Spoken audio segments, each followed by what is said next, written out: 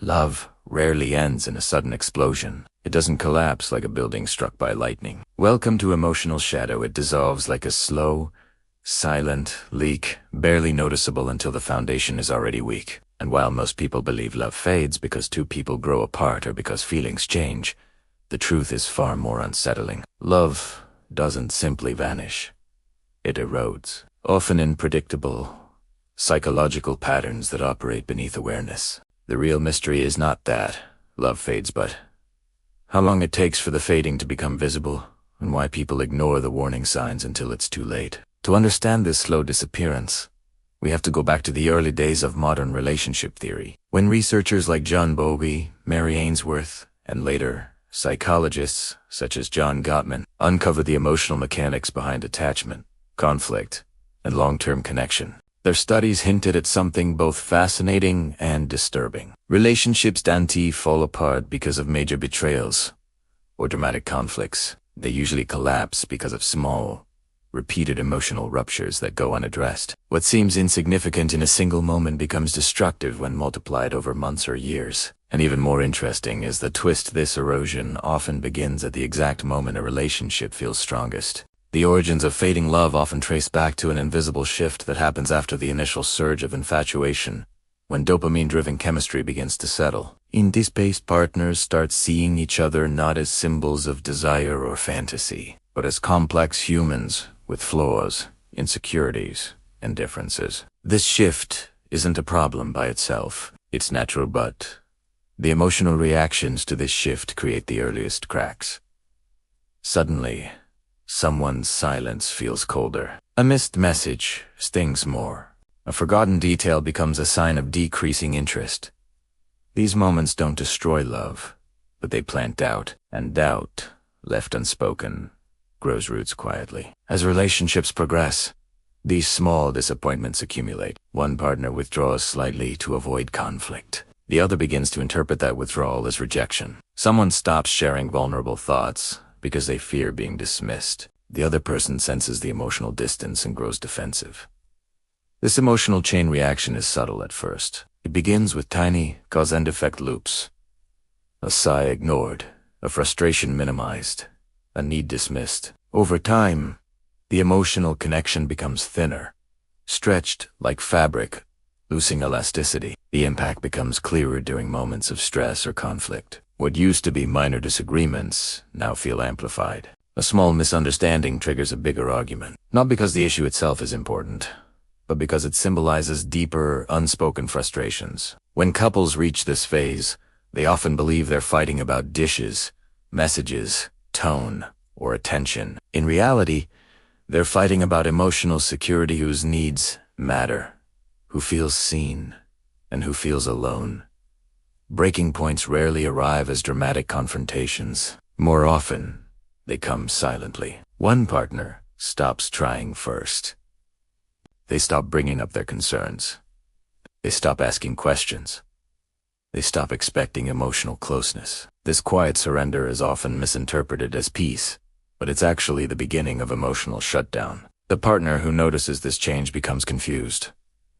The relationship isn't full of arguments anymore, yet it doesn't feel alive either. This emotional numbness becomes the turning point. And this is the moment when love truly begins to fade slowly but surely. The consequences of this emotional fading show up in intimacy long before anyone admits something is wrong. Conversations become shorter. Affection becomes mechanical. Curiosity disappears. The desire to understand each other fades because the relationship no longer feels like a safe, emotional space. Emotional distance becomes the norm, and physical closeness feels forced. This is the stage when many couples attempt to fix things, but their efforts often fail because they focus on symptoms, not causes. They try date nights, compliments, brief emotional check-ins, but none of it reaches the deeper issue. Neither partner feels emotionally valued in the way they once did. Modern relationship data reveals surprising patterns that confirm how widespread this slow fading is. Studies showed that a large percentage of breakups happen long after one or both partners emotionally checked out. Many couples stay together in a silent collapse phase for months or even years before separation. Communication patterns become predictable. One partner becomes a chronic pursuer, always asking for closeness. The other becomes a distancer, overwhelmed by emotional pressure. These dynamics repeat across generations, cultures, and personalities, and where manipulation enters consciously or unconsciously, the fading accelerates. Some partners withhold affection to test loyalty. Others shut down to avoid vulnerability. Some start comparing their relationship to unrealistic love stories online, fueling resentment and dissatisfaction. The slow breakdown of communication is especially dangerous because it doesn't feel like a crisis. It feels like routine. A partner becomes used to being misunderstood. Another becomes used to being ignored. And this normalization is the true destroyer of connection. Once emotional pain becomes familiar, love loses its power. The bond becomes transactional rather than intimate. And even though neither partner wants the relationship to fail, the emotional architecture supporting it becomes too weak to sustain closeness.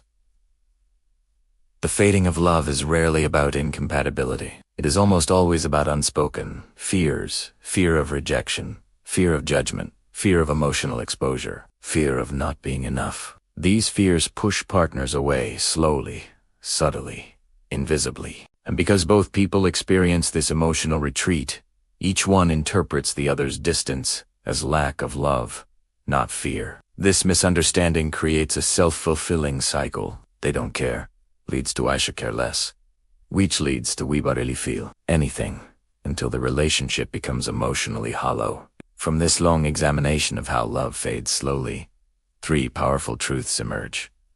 First, love rarely disappears. It gets buried under unresolved emotional wounds. Relationships don't lack love, they lack emotional safety. Second, communication is not about talking more, but about understanding the emotional meaning behind words, silences, reactions, and patterns. Most communication breakdowns happen because partners respond to behavior instead of the emotions driving that behavior. And third, the slow fading of love can be reversed, but only when both partners recognize that emotional distance is not the enemy avoidance is. Healing begins when vulnerability becomes a shared space rather than a personal risk. The fragility of love serves as a reminder that connection is not guaranteed.